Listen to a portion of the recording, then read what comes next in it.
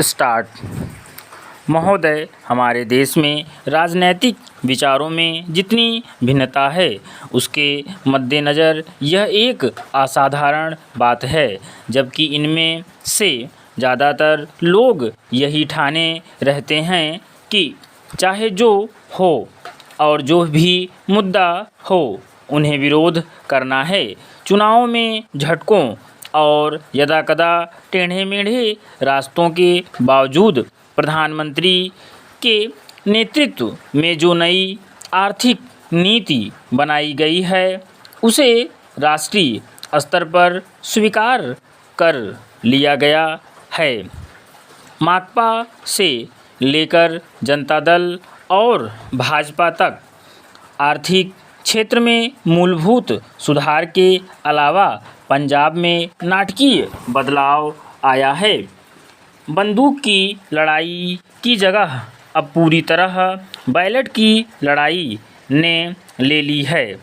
उस प्रदेश की जनता के लिए यह दूसरी आज़ादी से कुछ कम नहीं है। असम और उत्तर पूर्व के कई हिस्सों में भी ऐसे बदलाव आए हैं, हालांकि वे पंजाब जैसे नहीं हैं। ऐसा समझना कि आतंकवाद का खतरा टल गया है बेशक गलत होगा, पर जो सफलताएं हमने पाई हैं, उन्हें स्वीकार न करना कम गलत नहीं होगा। पंचायत और स्थानीय निकायों के चुनाव कराने को भी साधारण काम नहीं समझा जाना चाहिए। इस कदम से महात्मा गांधी के सपने और दिवंगत राजीव गांधी की लोकतंत्र के लिए प्रतिबद्धता फलीभूत हुई है। यह संविधान की अपेक्षाओं के अनुरूप लोकतांत्रिक क्रांति को आगे बढ़ाने का प्रतीक है।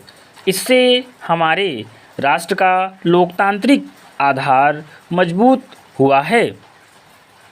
हिंदुत्व के घटते उन्माद का ध्यान रखना भी उतना ही महत्वपूर्ण है।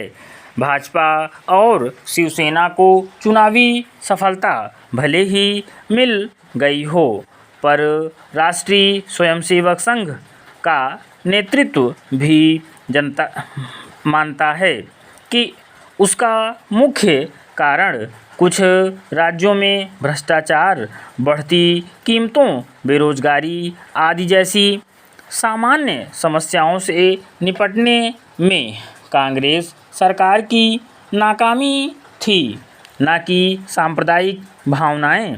हिंदू सांप्रदायिकतावाद में स्पष्ट कमी आना बहुत बड़ी राष्ट्रीय उपलब्धि है। इन सबसे महत्वपूर्ण है सार्वभौमिक मामलों में भारतीय व्यक्तित्व का फिर से उभरना। इसके आयाम हमारे विदेश संबंधों में आर्थिक अंश की वृद्धि से कहीं अधिक हैं। चीन से संबंध लगातार सामान्य होते जा रहे हैं। भारत ईरान संबंध फिर कायम हो गए हैं। इसी तरह दक्षिण अफ्रीका के साथ परस्पर लाभ के सहयोग की नई संभावनाएं बनी हैं। अमेरिका और अन्य विकसित पूंजीवादी देशों से सहयोग बढ़ाने की दिशा में समुचित ध्यान दिए जाने के बावजूद किसी भी मसले पर हम नहीं झुके हैं। समर्पण की बात तो दूर है, इसमें आर्थिक संबंधों के महत्वपूर्ण स्वरूपों के अलावा रक्षा का क्षेत्र भी शामिल है। इसका सबसे ताज़ा उदाहरण है परमाणु अप्रसार संधि के मामले में हमारा अपनी नीति पर कायम रहना, जबकि इसके लिए हम पर कई दिशाओं से भारी दबाव डाला गया। गुटनिरपेक्ष आंदोलन को कई नई नीति देने के प्रयास भी चल रहे हैं। इन सब उपलब्धियों को मिलाकर एक वाक्य यह है कि प्रधानमंत्री ने सबसे बड़ा काम यह किया कि हमारे देश में शासन पुनः स्थापित कर दिया और लोकतंत्र को सुदृढ़ बनाया। विराम।